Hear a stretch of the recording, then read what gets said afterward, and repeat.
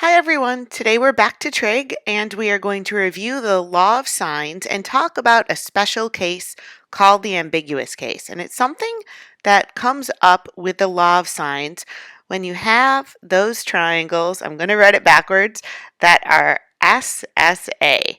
You maybe remember that from geometry. That was the ones that we could not prove congruent because of the hinge theorem. You probably remembered it because it spelled something that we shouldn't be saying in math class, but the real reason was because the hinge theorem in geometry.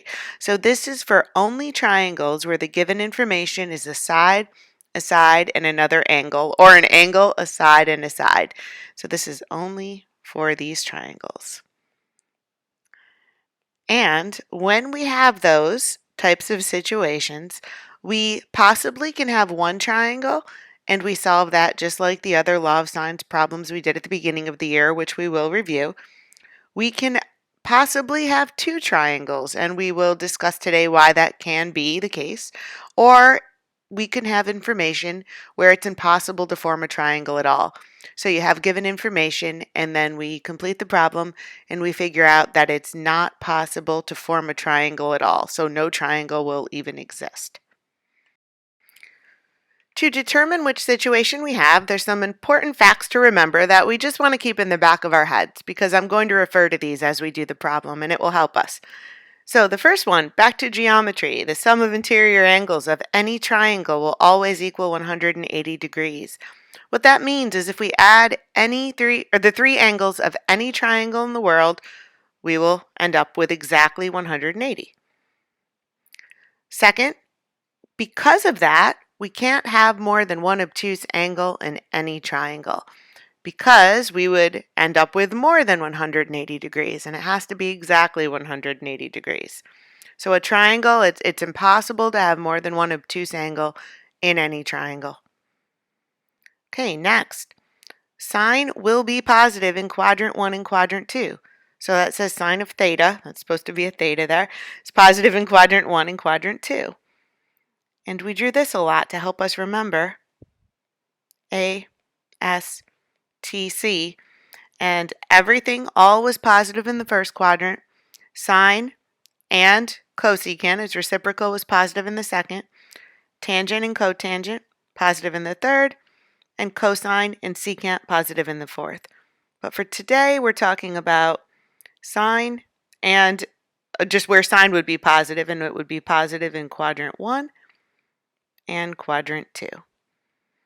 And then last, the sine of any angle, the value has to be between -1 and +1. It can be equal to it as well. And there can't be anything else. It can't be outside those two values. And if you think about the reason why, if you can visualize the unit circle, and that's a circle with a radius of 1, and then you remember sine would be your y coordinates. And if it's your y coordinates, and this has a radius of 1, there's 1, there's -1, all the values are going to lie in between. Now we're going to try our first example, and we're going to solve the triangle, which means find the measures of all of the angles and the lengths of all of the sides. And I have angle A is 30 degrees. I have a triangle here. It doesn't really matter if it's drawn to scale. It's just something for me to label. And so I'll have angle A, angle B, angle C. And if A is 30 degrees, I'm just going to label that here. And then my lowercase a, that will be the side opposite the capital letter. So those are going to go together. So this A will be 7. And then C, that side C, is 16. So this is an example of that SSA or ASS triangle I was talking about. Because we have an angle, now I have a side and I have a side. So all I have to do is think maybe this is one where the ambiguous case will apply. I first am going to start with the law of signs, just like we would before. So I'm going to look and say, do I have enough information for setting that up? I'm going to say side A over the sine of angle A equals side C over the sine of angle C.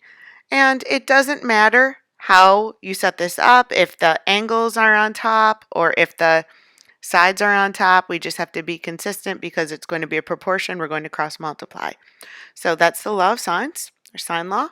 And now I'm going to substitute in our values and have a is 7 over the sine of 30 degrees.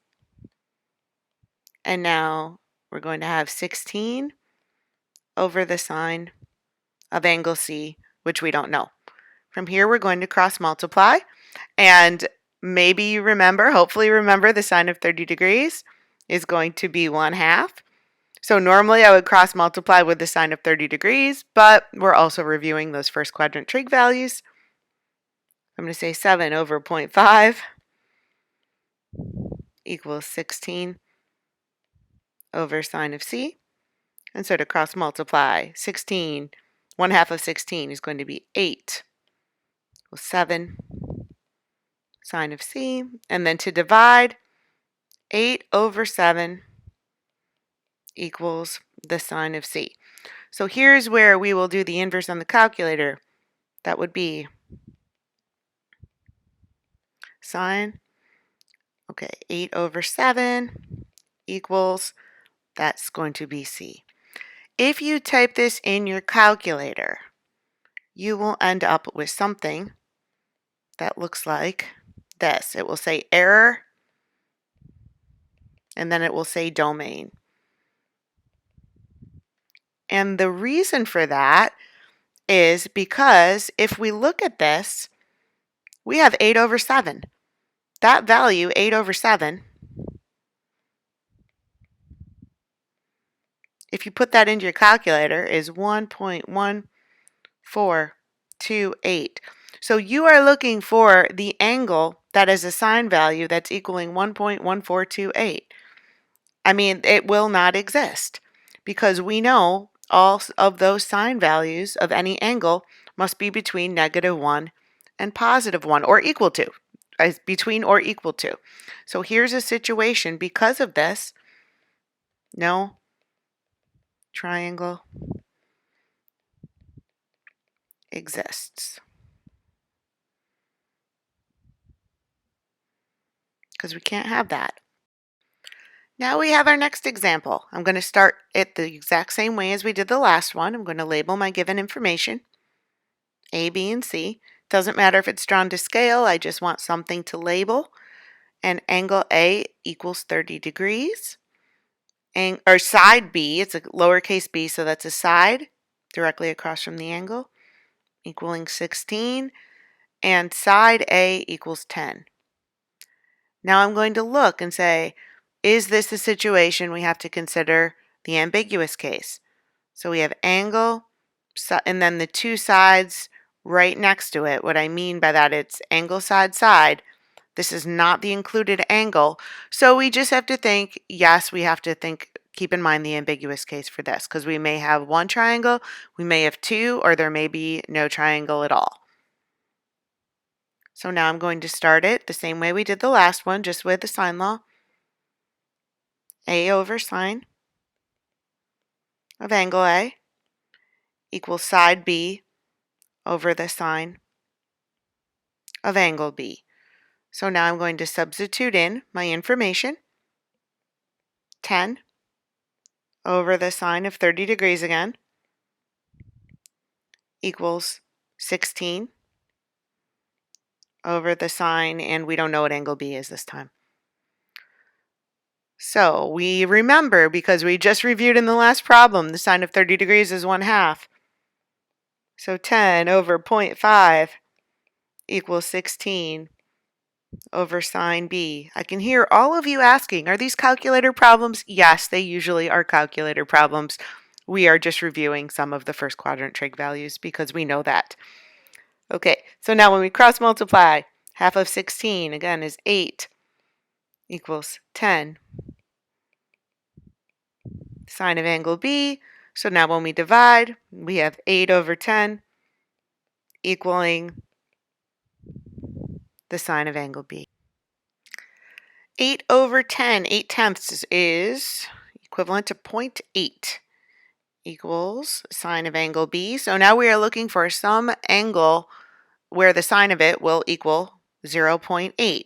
This is where we use our calculator. You want to make sure you are in degree mode and you're pressing second sign, because it should look like this on your calculator. It's the inverse, 0.8. And that's how you're going to get your angle measure. When you do that, you end up with 53 degrees. And then if we put 2 decimal places, 0.13. So 53.13 degrees is approximately, because I'm rounding, the measure of angle B. So now this is where we want to think about facts to remember, because I drew that chart and we know that sine is, this is the angle we found, 53.1 degrees. But is there another one? If that was our reference angle,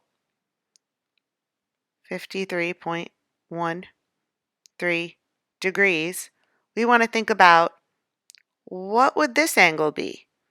And is it possible with our given information to form another triangle? That sometimes it will be yes, sometimes it will be no.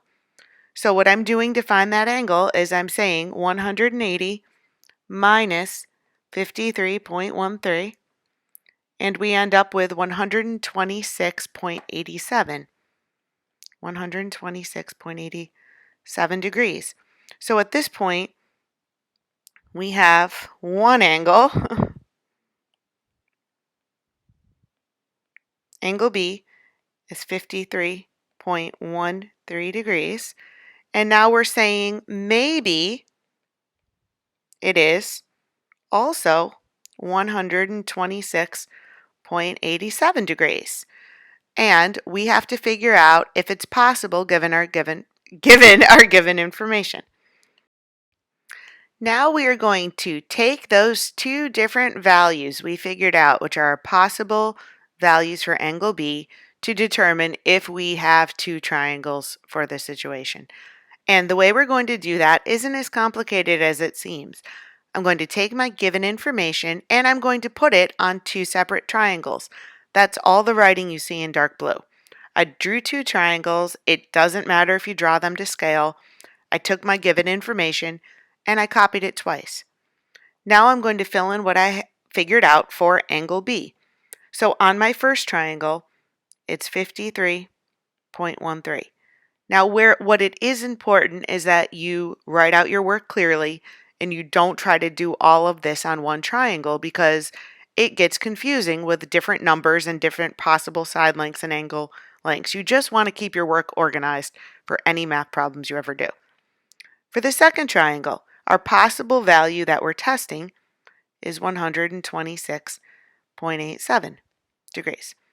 Okay, now we're thinking back to one of the first things I said, those facts to remember. And the sum of interior angles have to equal 180 degrees for any triangle. So now let's look at our first triangle. We know all three angles have to equal 180 degrees. So I can figure out the measure of angle C by adding these two angles, angle A and angle B, and subtracting that from 180.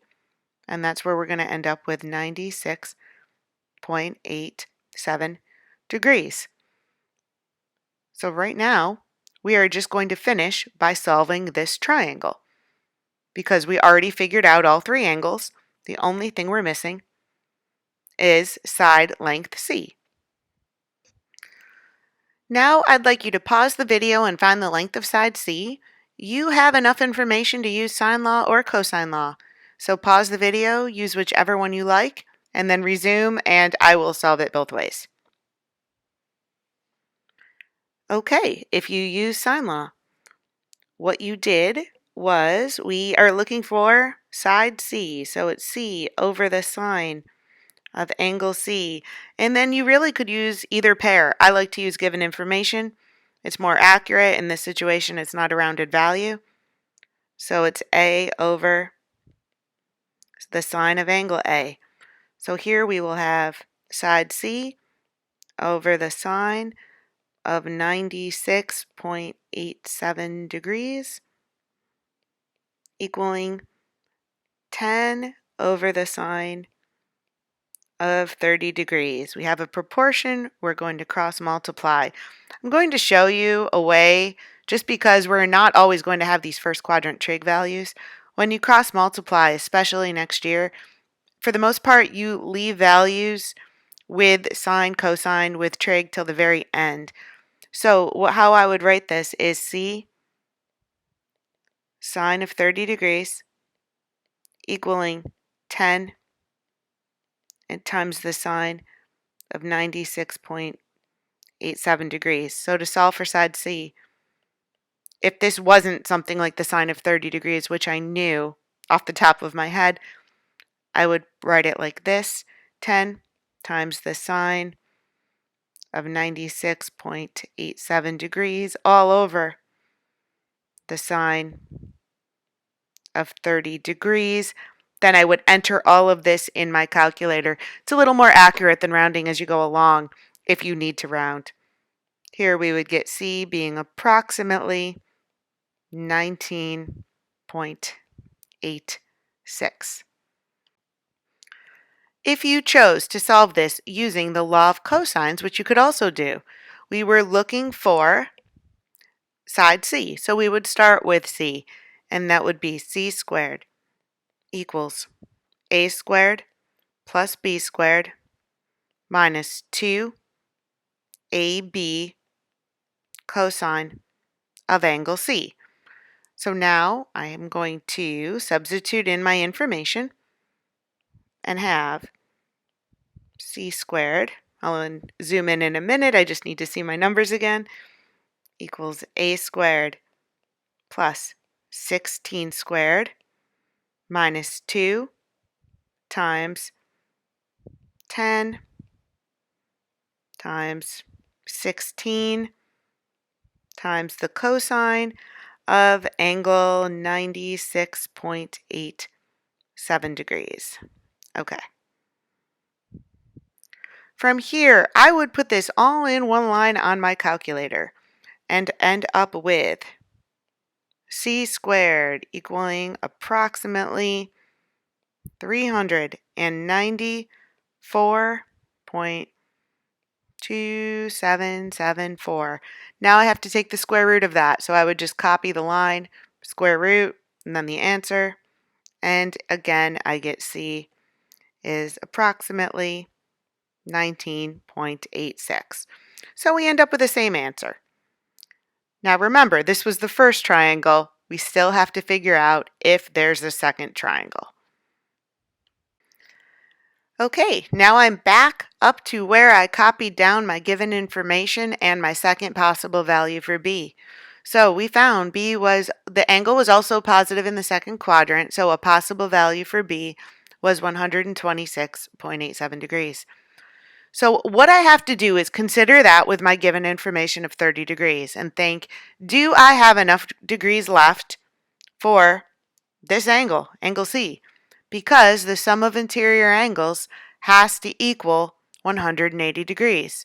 So basically what I'm doing is I'm thinking about 180 degrees, which is my total possible degrees in a triangle, minus 30 degrees.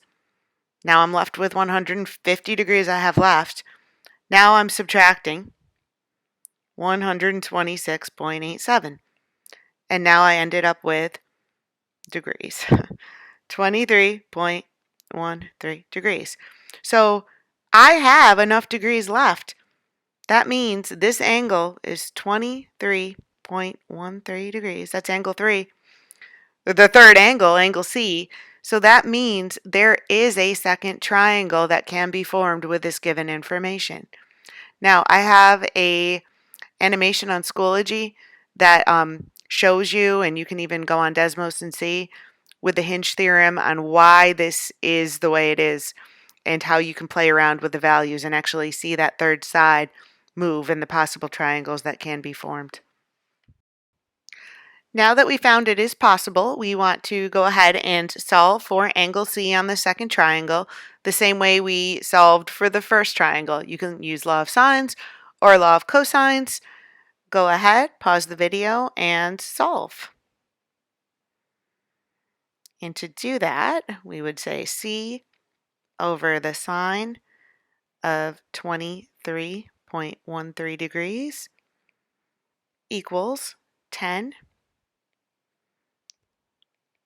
over the sine of 30 degrees. And then I'm saying C will equal 10 times the sine of 23.13 degrees over the sine of 30 degrees. When you input this in your calculator, you would end up with C being approximately 7.86. And if you solve this using law of cosines, you should get the same answer, approximately the same answer. We are rounding.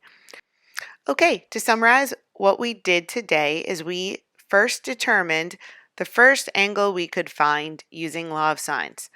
Then what we did was we determined if there was a second angle. So since sine is positive in the first quadrant and the second quadrant, what was that second quadrant angle that would apply to this problem? Then after that, we broke the problem up into two different problems. And I took those two answers. And here's our two possible angles. And now we have to see, do they make sense for the problem? And if that second angle doesn't work with our given information, there would not be a second triangle. It is okay. Sometimes you only have one triangle that is possible with your given information. Then you would just solve for the original triangle. And these are only for those ASS triangles or SSA triangles. There's another video on Schoology that I posted that has more explanation. Please watch that if you would like a little more detail on the ambiguous case. Thanks.